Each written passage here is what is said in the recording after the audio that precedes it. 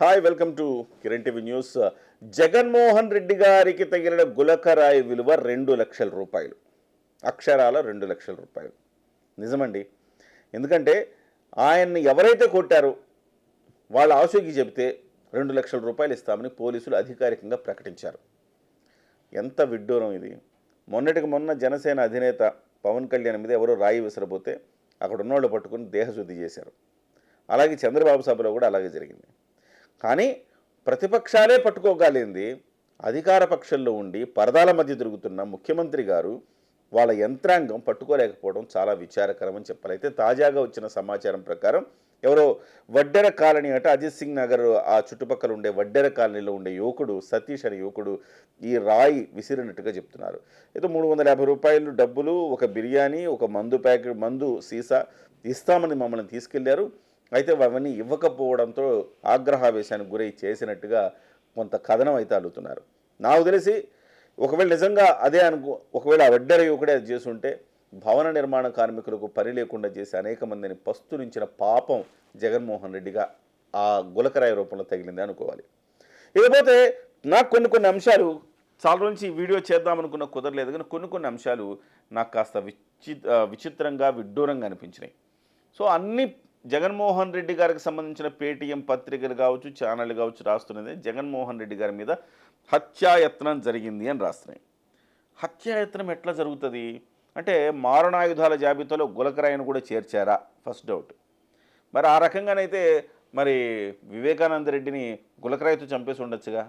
So ఆయన కోసం ఒక గొడ్డలి ఇవన్నీ ఎందుకు తయారు చేశారు? సో జగన్మోహన్ రెడ్డి గారికి తెలియంది కాదు మారణాయుధం ఏదో, మారణాయుధం ఏది కాదు తెలియంది కాదు. ఒకవేళ నిజంగా అలాంటి జరిగి ఉంటే ఆకతాయిలు ఎవరో చేసి ఉండొచ్చు. కానీ ఇదైతే నేను అనుకోవటం లేదు చేశారని. స్పష్టంగా ఆయనకు ఒక గజమాల వేస్తున్నప్పుడు ఆ హుక్కు తగిలి ఆయనకి ఇక్కడ గాయమైంది. ఆ గాయమైనప్పుడు ఆ సందర్భాన్ని కూడా ముఖ్యంగా చూయించారు. ఆ తర్వాత దాన్ని ఎట్లా కప్పిపుచ్చాలనుకున్నారు ఏమో కానీ, దీన్ని ఎలా అయినా వాడుకోవాలనుకున్నారు ఏమో కానీ, మొత్తం మీద గులకరాయి డ్రామా అయితే మొదలుపెట్టినట్టుగా నాకు కనబడుతుంది. ఇక్కడ మరికొన్ని అంశాలు నాకు కొన్ని డౌట్లు ఉన్నాయి. 18 డాక్టర్లు ఆయనకు వైద్యం చేశారట. పెద్ద పెద్ద ఆపరేషన్లకి 5-6 డాక్టర్లు సరిపోతారు. ఈయనకు మాత్రం ఆ చిన్న గాయానికి గీసుకున్న దానికి 18 మంది డాక్టర్లు వైద్యం చేశారట. అయినా ఒకే రాయి ఇద్దరికి ఎట్లా తగులుతుంది నాకు అర్థం కావట్లా. ఈయనకు తగిలింది, మళ్ళీ వెల్లంపల్లి శ్రీనివాస్ గారికి కూడా అదే రాయి తగిలిందని ఆయనే చెప్పాడు. సో జగన్మోహన్ రెడ్డి గారికి తగిలిన తర్వాత నాకు తగిలింది, నాకే ఇట్లా కన్ను వాచిపోయిందంటే జగన్మోహన్ రెడ్డి గారి పరిస్థితి ఏంటి అని చెప్తున్నారు ఆయన ఒక ఇంటర్వ్యూలో. సో చాలా హాస్యాస్పదం ఏంటంటే జగన్మోహన్ రెడ్డి గారికి ఇక్కడే తగులుతుంది, వెల్లంపల్లి శ్రీనివాస్ గారికి ఇక్కడే తగులుతుంది, ఒకే రాయి తగులుతుంది. సో చాలా విచిత్రంగా, చాలా విడ్డూరంగా చాలామంది నవ్వుకుంటున్నారు. ఇవన్నీ చూసి ఇంత భలే కామెడీ చేస్తున్నారని నవ్వుకుంటున్నారు. జబర్దస్తులో కూడా ఇంత కామెడీ లేదని కూడా కాస్త కామెంట్లు వినపడుతున్నాయి. అలాగే అతన్ని పట్టుకొని అంటే పవన్ కళ్యాణ్ మీద రాయి తగిలితే వెంటనే పట్టుకోగలిగారు కదా, చంద్రబాబు మీద రాయి దాడి తగిలితే వెంటనే పట్టుకోగలిగారు కదా మొన్న. కానీ జగన్మోహన్ రెడ్డి గారికి రాయి దాడి జరిగితే నిజంగా అక్కడ ఉండే పోలీసులంతా ఏమైపోయారు, జగన్మోహన్ రెడ్డి గారి కోసం వచ్చిన జనం ఏమైపోయారు. మన పక్కన ఒకడు ఉన్నాడండి, వాడి రాయి విసురుతుంటే మనకు కనపడదా? మన పక్కనోడికే కిక్కిరిసి ఉంటుంది కదా, పక్కనోడుకో ఎదురోడుకో ఎవడికో ఒకటి తెలుస్తుంది కదా ఇక్కడ రాయి విసురుతున్నాడని. అదేమంటే పువ్వుల మాటన రాయి విసిరారట. పువ్వుల మాటను రాయి ఎవరైనా విసిరగలుగుతారా? అదేందో నాకైతే అర్థం కాదు. పువ్వు ఎలా విసురుతారు, రాయి ఎలా విసురుతారు? దేనికెంత వేగం ఉంటుంది, ఏదంత ఫోర్స్కి వెళ్తుంది, పువ్వుని ఎంత దూరం విసరగలుగుతారు?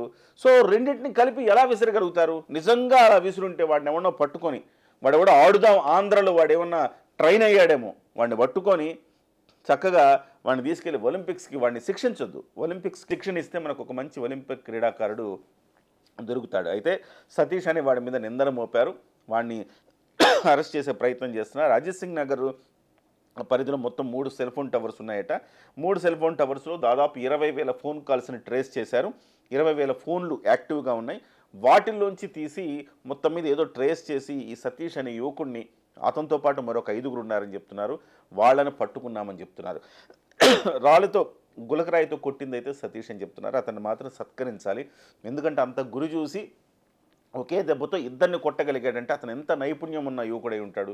అతన్ని శిక్షించడం కాదు, అతన్ని ట్రైన్ చేసి ఒలింపిక్స్ లాంటి వాటికి షార్ప్ షూటర్ అయ్యే అవకాశాలు బాగా ఉన్నాయి కాబట్టి అతను ఒలింపిక్స్ లాంటి వాటికి పంపిస్తే చాలా మంచిదని నాకు అనిపిస్తుంది. ఏదేమైనప్పటికీ వడ్డెర కాలనీ యువకుడు ఆ రకంగా చేశాడంటే నాకు అనిపిస్తున్నది ఏంటంటే వాళ్ళందరికీ తిండి లేక పస్తులు ఉంచేసి ఆ రకంగా చేసినందుకు నిరసనగా బహుశా అతను చేసుండొచ్చు. భవన నిర్మాణ కార్మికుల పొట్ట కొట్టాడు జగన్మోహన్ రెడ్డి.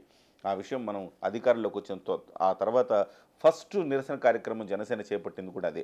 సో అలా భవన నిర్మాణ కార్మికుల పొట్టగొట్టినందుకు ఆ పాపం ఈ రకంగా ఆయనకి తగిలిందేమో అనుకోవాలి. ఏదేమైనా ఒక నాయకుడిని రాయితో కొట్టడం కాదండి, ఓటుతో కొట్టాల. నిజంగా మీకు కోపం ఉంటే ఓటుతో కొట్టాల. రాయితో కొడితే అతను చిన్న గాయమే అవుతుంది. ఓటుతో కొడితే అతను 5 ఏళ్ల పాటు ఈ సమాజాన్ని నుంచి తిరస్కరించబడతాడు. కాబట్టి రాయితో కాదు, ఓటుతో కొట్టండి.